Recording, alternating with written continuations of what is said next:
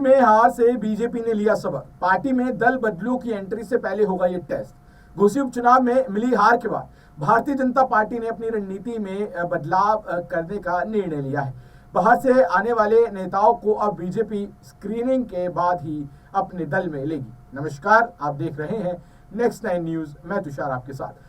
उत्तर प्रदेश के मऊ जिले में घोसी विधानसभा सीट पर हुए उपचुनाव में भारतीय जनता पार्टी को मिली करारी हार ने पार्टी को जमीनी हकीकत से रूबरू करा दिया है। अब बीजेपी का वह भ्रम भी टूट गया है कि अपने चुनाव निशान पर पार्टी किसी को लड़ा दे तो वह जीत जाएगी। फिलहाल अपनी हार से सबक लेते हुए अब बीजेपी ने आगामी लोकसभा चुनाव को देखते हुए कुछ अहम फैसले लिए हैं। जानकारी के अनुसार घोसी चुनाव में मिली हार के बाद भारतीय जनता पार्टी के नेताओं की लगातार बैठक चल रही है। इस दौरान कुछ अहम फैसले लिए गए हैं कि आने वाले दिनों में किसी भी नेता को पार्टी ज्वाइन करने से पहले उसके हर पहलू को जांचा और परखा जाएगा, जिसके बाद ही दूसरी पार्टी से दल बदल कर आ रहे नेता को बीजेपी में शामिल किया जाएगा।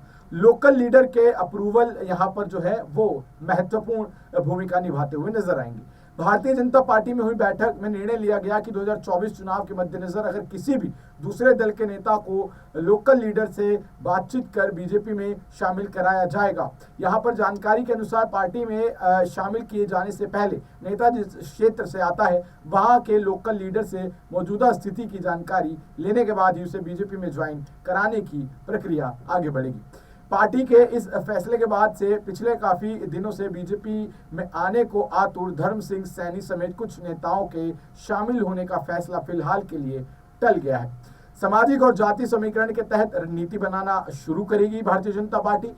भारतीय जनता पार्टी ने 2024 चुनाव के लिए जमीनी तैयारियां शुरू कर दी हैं। बीजेपी हर एक लोकसभा सीट पर जाति और क्षेत्रीय समीकरण के अनुसार अपने कैंडिडेट्स उतारना चाहती है। इसी कड़ी में भारतीय जनता पार्टी ऐसे नेताओं को अपनी पार्टी में लाएगी जिनके आने से लोकल स्तर पर बीजेपी को कोई नुकसान ना हो और आम जनता के बीच में जिसकी छवि अच्छी हो।